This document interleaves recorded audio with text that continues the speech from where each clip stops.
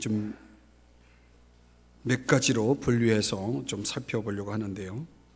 오늘은 첫 번째 시간, 이 하나님께서 이 노래를 통해서 뭔가 가르치려고 하는데 주제 자체는 슬픈 주제입니다. 결국은 이스라엘 백성이 하나님께 불순종할 것이고 하나님을 실망시킬 것이다. 그에 반하면 하나님은 얼마나 은혜로우시냐, 이런 노래죠. 너희들은 불순종할 것이고 그것으로 인해서 절망할 것인데 그런 가운데서 하나님은 얼마나 은혜로우시냐, 자, 이런 노래를 하면서 너희는 우리 하나님께 위엄을 돌릴지어다, 3절에서 그렇게 말하죠. 더 메시지 성경에서는 우리 하나님의 위대하심에 응답하여라, 이렇게 번역해 놓았습니다. 종종 우리가 하나님의 위대하심을 무시할 때가 있어요. 오늘 이스라엘 백성들이 하나님의 위대하심을 무시하는 그 때를 예상하고 이 노래를 지어서 그들에게 다시금 하나님을 사랑하게 하고 다시금 하나님을 예배하게 하고 하나님을 찬양하도록 촉구하는 그런 노래의 내용이 되겠습니다. 이 스탠리 존스라고 하는 분이요, 이런 말을 했습니다. 은혜는 의무감이나 책임감보다 구속력이 훨씬 더 강하다. 은혜는 값없이 주어지는 것이다. 그러나 일단 은혜를 받아들이면 은혜를 주시는 분에게 영원히 속하게 된다. 은혜는 우리를 은혜로운 사람이 되게 하고 은혜 주시는 분께서 우리로 은혜를 베푸는 사람이 되게 하신다. 이렇게 스탠리 존스라는 분이 이야기를 했습니다. 은혜는 우리를 영원히 하나님께 속하게 만들고 은혜는 우리를 은혜의 사람 되게 하고 은혜를 베풀게 하는 그러한 은혜이다, 맞는 얘기죠. 오늘 이 은혜의 하나님을 함께 살펴보면서 이 오후 시간 여러분들과 같이 은혜를 받고자 합니다. 백성들이 떠난 하나님, 백성들이 불순종하고 백성들이 떠난 그 하나님은 어떤 분이신가? 오늘 성경에서 세 가지 비유로 설명해 주고 있습니다. 첫 번째는 반석 같은 분이다. 한번 따라 하십시다. 하나님은 반석이 되신다. 자, 4절을 보실까요? 그는 반석이시니 그가 하신 일이 완전하고. 자, 성경은 하나님을 어떻게 비유로 설명하고 있습니까? 그는 신뢰할 만한 반석이신 분이시다. 적어도요, 이 반석이라는 단어가 32장에 몇 번 나오는지 아십니까? 네, 지금 카운트를 하려면 시간이 걸리겠죠. 적어도 하나님을 표현하는 데 있어서 반석은 7번 나옵니다. 완전수전. 이 노래를 통해서 계속해서 하나님은 어떤 분이시다? 반석이시다라고 가르치고 있습니다. 여러분, 광야에 있어서 반석은 어떤 역할을 할까요? 광야에서 살아봤어야죠. 우리가 광야를 가면, 제가 아주 오래전에 졸업여행을 이스라엘로 갔다 온 적이 있는데요, 잠깐 광야를 한번 본 적이 있거든요. 네, 역시 아무것도 없어요. 자, 그런 곳을 하루도 아니고 이틀도 아니고 40년을 그런 환경 속에서 살았다고 생각해 보세요. 여러분, 감당이 되겠습니까?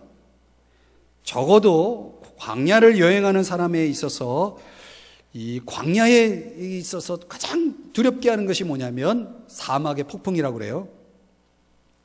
그 폭풍의 바람이 한번 불기 시작하면, 모래바람이 불기 시작하면 정말 큰 위험에 처하게 됩니다. 자, 그런 상황에서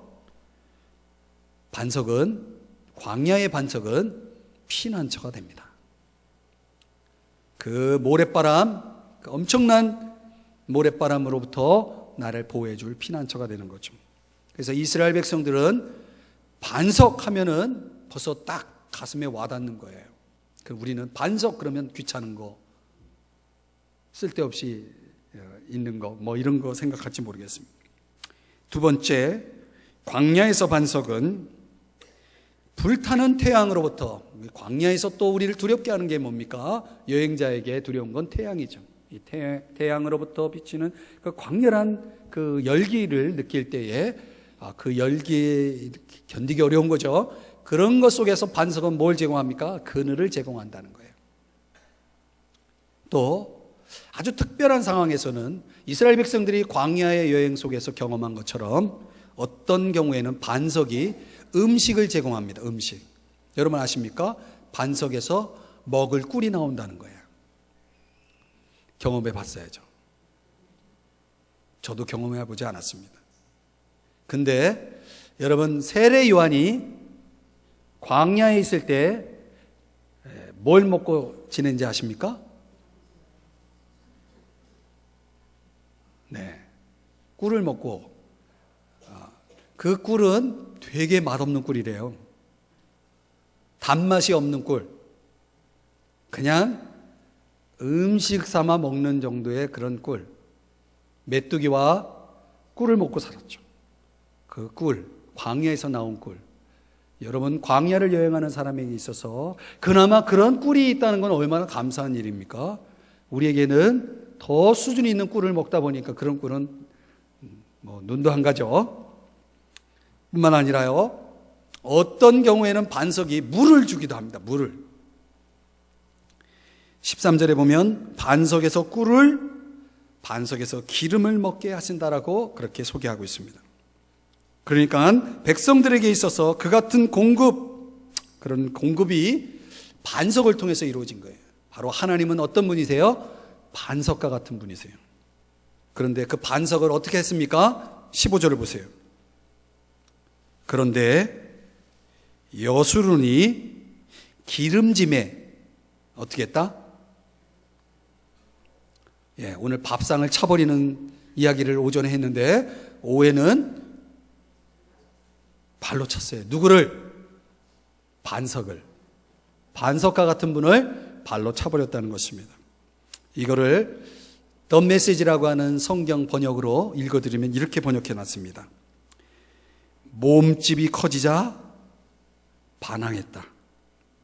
뇌가 살찌고 비대하고 윤택함에 자기를 지으신 하나님을 버리고 자기를 구원하신 반석을 없인 여겼도다. 자, 보세요. 몸집이 커지니까 반석이 우습게 보여지는 거예요. 그래서 그 반석을 어떻게 했어요? 발로 차버렸다는 거예요. 여러분, 우리가 오전에도 로마서를 통해서 우리가 말씀했지만 하나님이 차려주신 축복의 밥상 속에서 그 밥상이 우리를 불행하게 만들 수가 있는 것입니다. 그것을 잘 누리면 우리에게 복이 되겠지만 어떤 사람은 그것 때문에 불행의 길을 가는 거예요. 축복이 불행의 원인이 될 수도 있는 것입니다. 얼마나 많은 사람들이 자신의 몸집이 커졌다고 이 귀한 반석을 발로 차버리는지 모릅니다. 자신이 살찌고 비대하고 윤택해짐에 자기를 지으신 하나님을 버리는 사람들이 있습니다. 18절을 가볼까요? 너를 낳은 반석을 내가 상관하지 아니하고 너를 내신 하나님을 내가 잊었도다. 사랑하는 여러분, 이스라엘 백성들이 이런 사람이었다는 거예요. 그럼 한번 물어볼까요? 오늘 저와 여러분은 어떻습니까? 우리도 주님을 상반하지 아니하고 주님을 잊어버릴 때가 있지 않을까요? 우리가 언제 주님을 잊어버릴까요? 언제 주님과 상관없이 살까요? 어려울 때요? 아니에요. 잘 나갈 때, 윤택할 때, 살찌울 때. 모세가 왜 이스라엘 백성들에게 이런 노래를 가르쳤나요? 불보듯 뻔하니까. 그럼 왜 성경은 이 노래를 우리에게 가르쳐 줄까요? 뻔하니까. 우리도 이스라엘 백성과 결코 다르지 않다는 것입니다. 여러분, 오전에도 이스라엘이라는 원가지가 꺾여진 이유가 바로 이러한 자만 때문에, 교만 때문에 나왔다는 거예요. 나는 설마 내가 그러겠나? 그런데 여러분, 30절을 한번 가보십니다. 거기 뭐라고 얘기냐면, 반석이 그들을 팔지 아니하였고 여호와께서 그들을 내주지 아니하셨더라면. 자, 아주 역설적인 표현인데요, 이스라엘 백성이 언제 정신을 차리냐면 적군에게 패했을 때. 그들이 뭔가 순탄하지 않고 뭔가 막히고 뭔가 제대로 자기 생각대로 되지 않았을 때, 그때 이 노래를 기억했다는 거예요. 그리고 이때 그들의 반석을 기억했다는 것입니다. 어쩌면 오늘 저와 여러분의 삶의 모습도 다르지 않다고 생각됩니다. 패배라는 것은 결국 반석이신 하나님이 하신 일이에요. 왜 그렇게 하셨나요? 백성들을 교훈하기 위해서. 야, 너 좀 정신 좀 차려라.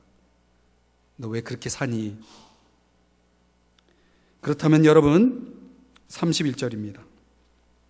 진실로 그들의 반석이 우리의 반석과 같지 아니하니 우리의 원수들이 스스로 판단하도다.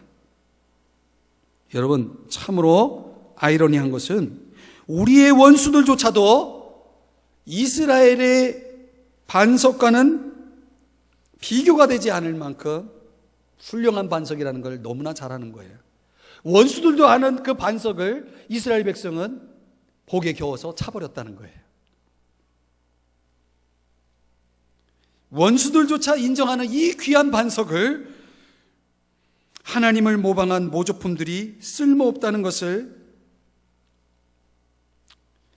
도대체 이스라엘 백성은 언제 깨닫는가, 이것입니다. 사랑하는 여러분, 37절을 보세요. 그들의 신들이 어디 있으며 그들이 피하던 반석이 어디 있느냐. 이거는 세상에 존재하는 거짓된 반석, 우상들과 참된 반석이신 신뢰할 만한 반석과 뭐 하고 있습니까? 비교를 하고 있는 것입니다. 그들의 신들이 어디 있으며 그들이 피하던 반석이 어디 있느냐. 적어도 광야의 여행자들이 체험한 안전한 반석과 모래로 형성된 탑과는 비교가 안 되는 것이죠. 결국 모래는 바람에 날리고 무너지고 흔적도 없이 사라질 것입니다. 그러나 반석은 언제나 그 자리에 있는 거예요. 그것이 차이예요. 40년간 위험한 광야에서 살았던 이스라엘 백성들은 바로 그 영구히 존재하는 믿을 만한 반석에 대한 갈망을 갖게 되었다는 것이죠. 그것은 지리적인 영토가 주는 안정이 아니고 오직 하나님 안에서만 주어지는 그런 안정이었다는 것입니다. 자, 오늘 이스라엘 백성이 자주 하나님을 저버릴 것에 대한 경고의 노래를 보여주면서 바람에 날리는 모래처럼 하루는 하나님을 사랑했다가 다음 날에는 다른 신을 섬기는 그런 아주 참 어리석고 무지한 이 이스라엘의 모습들, 오늘 이 신명기의 노래는 우리에게 그런 교훈을 던져주고 있습니다. 그렇게 그들이 하나님을 실망시키지만 하나님은 하나님이세요. 하나님은 여전히 그들이 마땅히 받아야 할 그런 결과대로 하나님이 행하지 않습니다.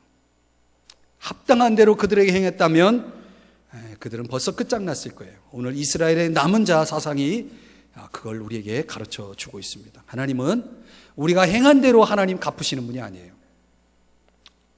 우리가 어떤 측면에서 보면 하나님이 우리의 행한 대로 갚아주신다고 생각하죠. 여러분, 그랬다면 우리는 벌써 끝장났을 거예요. 얼마나 좋으신 분이에요. 한결같으신 분, 영원히 변함없이 그 자리에 계신 분. 그런데 우리는 있다가 보면 없고 요리 갔다 저리 갔다, 이랬다 저랬다. 믿을만 한가요? 그런 이스라엘 백성과 반석이신 하나님을 대조하면서 신뢰할 만한 반석을 바라보게 하십니다. 우리가 의지할 하나님은 한결같이 올곧은 하나님이십니다. 사랑하는 여러분, 반석이신 하나님을 의지하시기를 바랍니다. 그리고 닮아가시길 바랍니다.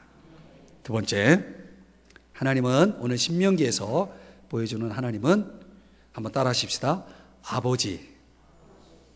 하나님을 어떻게 표현하고 있습니까? 아버지로. 자, 6절을 보실까요? 어리석고 지혜 없는 백성아, 여호와께 이같이 보답하느냐? 너희들 이럴 수가 있냐? 이런 거죠. 이럴 수가 있냐? 그는 너의 아버지가 아니냐? 너를 지으신 이가 아니냐? 그런데 너 어떻게 그럴 수가 있냐? 이런 거 아니겠습니까? 이 노래에서 하나님을 창조주로, 그리고 가족을 사랑하시고 부양하는 아버지로 설명해 주고 있다는 것입니다. 그래서 5절에서 7절을 보면은 하나님은 어떤 분이냐면 가정을 만드신 아버지예요. 그분의 자녀라고 할 수 없는 엉망진창인 자들을 그들 얼굴에 먹칠을 하지만 그분 얼굴은 조금도 더러워지지 않는 거예요. 야, 참 그분 얼굴에 먹칠을 하는 그 참 엉망진창인 백성들, 그러나 그분의 얼굴이 조금도 더러워지지 않는다. 야, 참 이거 얼마나 참 놀라운 겁니까? 그는 너의 아버지가 아니시냐? 묻고 있습니다. 여러분, 우리가 믿는 하나님은 어떤 분이세요? 누구세요? 그는 너의 아버지가 아니시냐? 그러면서 그 아버지, 하늘의 아버지와 7절에서는 육신의 아버지를 또 비교하고 있습니다. 옛날에 대해서 너의 아버지에게 좀 물어봐라. 여기서 말하는 아버지는 하나님 아버지가 아니고 육신의 아버지, 육신의 아버지예요. 할아버지, 아버지. 자, 물어보라는 거예요. 어른들에게 물어보라는 거예요. 왜 물어봐요? 설명해 줄 거라시는 거예요. 누구에 대해서? 하나님에 대해서. 만약 하나님 아버지의 돌보심을 잊었다면 육신의 아버지에게 가서 물어보라는 거예요. 하나님 어떤 분이세요? 물어보라는 것입니다. 그렇다면 육신의 아버지에게 있어서 육신의 아버지에게 있어서 갖춰져야 될 게 뭐가 있습니까? 하늘의 아버지에 대해서 이야기할 것이 있어야 되겠죠. 아버지, 하나님은 어떤 분이십니까? 글쎄, 나도 모르겠다. 그런 분이 있냐? 만약 우리의 육신의 아버지들이 자녀들에게 할 말이 없다면 회개하셔야 되겠죠. 오늘 분명히 이야기하고 있습니다. 너희 아버지에게 물어봐라. 어른들에게 가서 물어봐라. 하나님은 어떤 분이시냐면 가정을 창조하시고 또 가정을 부양하시는 아버지십니다.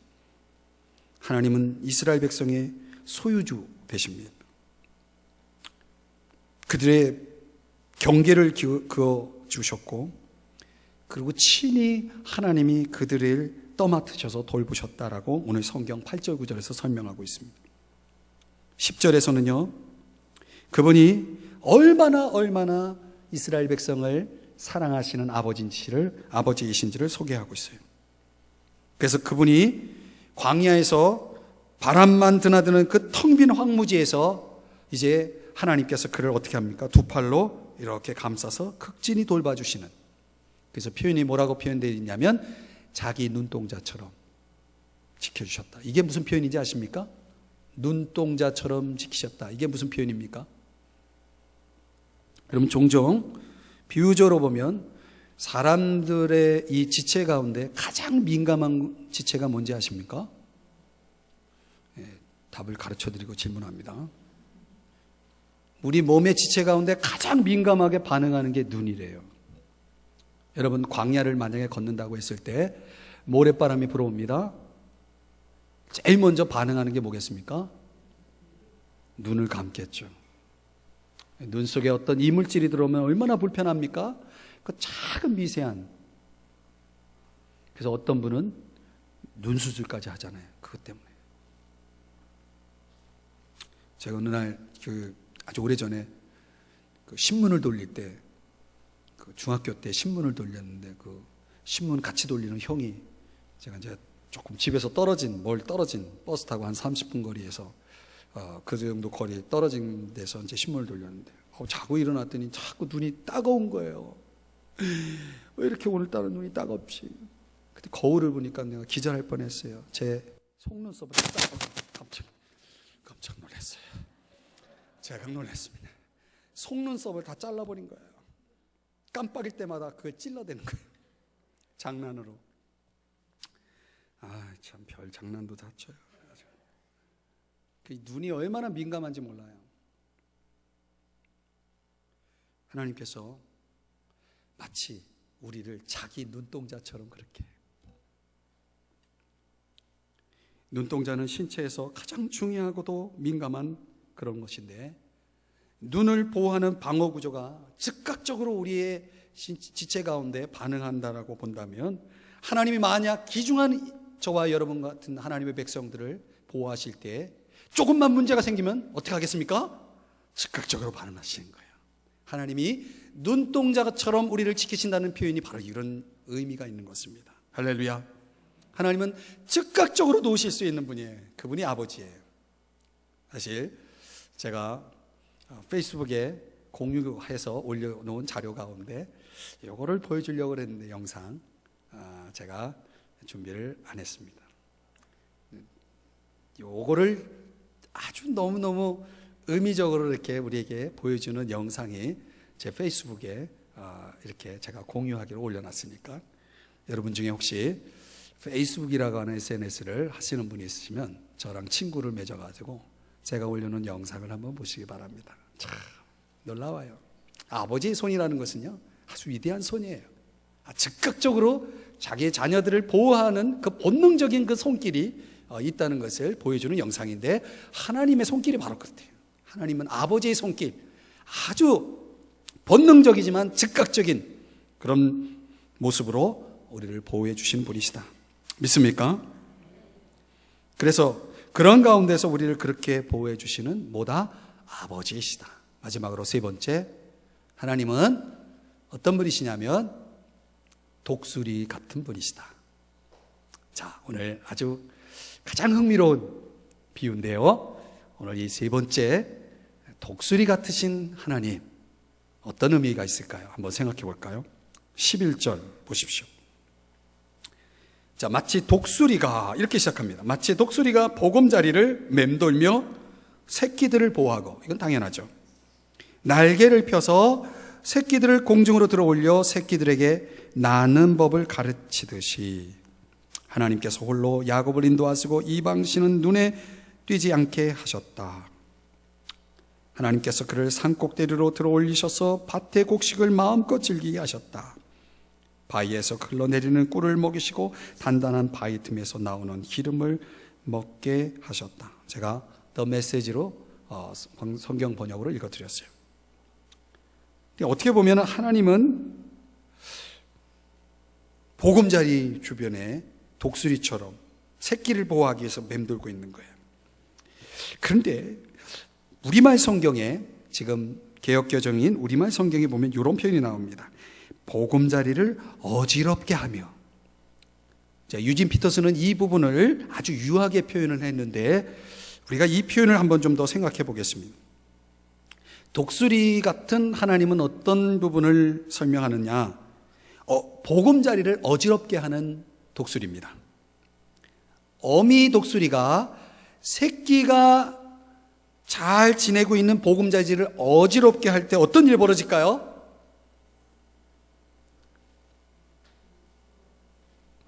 상상해 보세요. 새끼들이 엄마가 그냥 가져다 주는 먹이만 잘 이렇게 받아 먹고, 근데 갑자기 어미 독수리가 막 집을 막 엉망진창으로 만든 거예요.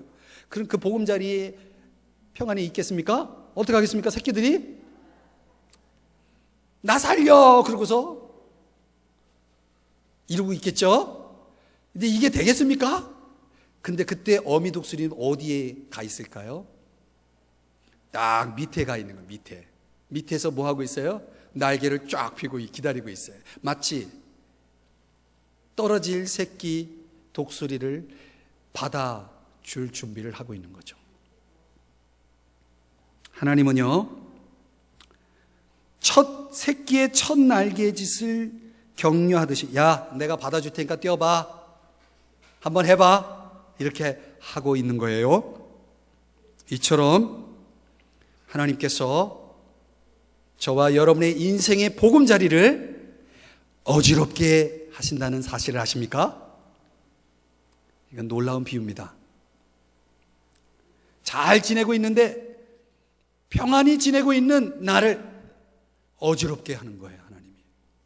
이건 누가 하는 일입니까? 어미독수리가 하는 일이에요. 우리의 삶에 아주 고통스러운 그런 경험을 하나님이 허락하신다는 거예요. 편안히 안전 이 보금자리에 그냥 편안히 있으면 먹여주고 먹고 자고 그러면 되는데, 그 보금자리를 떨치고 나오게 하고 위험하게 날개짓도 제대로 안 되는 그 떨어져 죽을 수 있는 그 위험한 일을 벌이는 거예요. 왜 그렇게 하실까요? 왜 그분은 그렇게 어미 독수리가 새끼의 독수리들을 그냥 내버려 두지 않고 어지럽게 만들까요? 짐작하시겠죠? 장난삼아? 번지 점프를 하듯이 구경하려고? 아니에요, 여러분. 여러분, 번지 점프를 해보신 분, 저는 좀 고소공포증이 있어가지고 못했는데, 거기서 뛰어내린 사람들의 얘기가 그래요. 처음에 뛰어내릴 때 이제 죽었구나 한대요. 근데 그 줄의 끝점에 와서 팍 줄이 자기를 낚아챌 때, 그때 그 희열이 보통 희열이 아니래요. 여러분, 번지 점프를 한번 해보시기를 제가 못해서 권유하지는 않겠습니다. 그러나 하나님 마치 우리를 그렇게 하신다는 거예요. 새끼 독수리가 날개짓을 하면 얼마나 하겠습니까? 퍼덕퍼덕거리지만 결국은 떨어질 거 아닙니까? 그때 이제 난 죽었구나 할 때 어미 독수리가 큰 넓은 날개로 그 새끼 독수리를 품어줄 때 그렇게 쫙 날개쳐서 다시 올라갈 거 아니겠습니까? 그리고 또 떨어뜨릴 거 아니에요?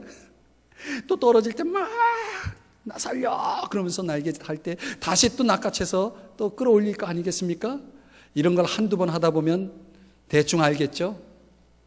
어느새 내 날개짓에 힘이 가고 보란듯이 창공을 날아다니는 독수리가 되어져 있는 거죠. 하나님이 원하시는 게 뭘까요? 우리 고생시키려고요? 우리 고생하는 거 즐기시려고요? 천만의 말씀이에요.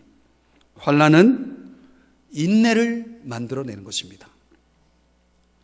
우리 안에서 하나님이 원하시는 것은 비록 고통스러울지라도 우리에게 유익하다면, 우리에게 도움이 된다면 하나님 기꺼이 하실 분이에요. 그분은 아버지이시면서 우리를 강하게 키우시기를 원하시는 분이십니다. 우리 인생 가운데 우리가 그냥 유하게, 그냥 온실 속에 있는 그런 화분처럼 누구의 돌봄이 끊임없이 주어지지 않으면 이제 생존할 수 없는 그런 화분이 되기를 보다는 하나님께서는 저 산꼭대기에 온갖 비바람을 다 겪으면서 마침내 살아남는 우뚝 서 있는 소나무처럼 말이죠. 그렇게 우리 인생이 강하고 견고하기를 원하시는 것입니다. 오늘 사무엘 리드포드라고 하는 분이 이렇게 얘기했습니다. 은혜는 겨울에 가장 잘 자란대요. 깊이 생각해 볼 이야기입니다. 은혜는 겨울에 잘 자랍니다. 독수리의 강한 날개가 어느새 우리 밑에 있다는 것을 우리가 신뢰하면, 어미 독수리가 지금 나를 받아줄 거라는 사실을 내가 신뢰할 수 있다면 우리는 날개짓을 두려워하지 않을 거예요. 비록 미약하지만, 내 힘은 미약하지만 내가 어찌할 수 없을 땐 하나님은 당장 나를 달려와서 나를 보호해 주실 거라는 이 믿음이 있다면 그것으로 충분한 것입니다. 하나님은 우리에게 충분하신 분이십니다. 하나님은 저와 여러분을 눈동자같이 지키시는 분이십니다. 믿으십니까? 믿으셔야 돼요. 그러면 우리는 항상 안정한 것입니다. 항상 안전돼요. 지금도 하나님이 어떤 분의 보금자리를 퍼덕거리게 하고 있을지 모르겠습니다. 축하드립니다. 드디어 날개짓을 하게 하시는 겁니다. 보금자리에서 영원한 새끼로 남아있겠습니까?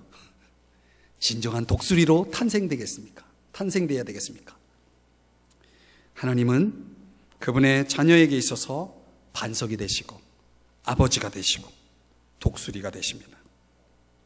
그리고 그 다른 어떤 권세도 그와 같은 분은 없는 것입니다. 12절. 다른 신이 없습니다. 이제 어떻게 하시겠습니까? 그 자비로우신 하나님 저버리시겠습니까? 그 반석을 차버리시겠습니까? 아버지를 등지겠습니까? 어미 독수리의 품을 떠나서 무엇을 할 수 있겠습니까? 아니 될 일입니다. 아니 될 일입니다. 오늘 이 노래가 우리에게, 저와 여러분에게 그것을 가르쳐 주고 있습니다. 사랑하는 여러분, 얼마나 많은 사람이 반석이시고 아버지가 되시고 독수리와 같은 이 하나님을, 귀하신 하나님을 정말 아무것도 아닌 분으로 대하고 그 하나님을 떠나고 있는지 모릅니다. 오늘 이 시대 이 귀한 하나님을 여러분 꼭 붙잡고 사시기를 축복합니다. 기도하겠습니다.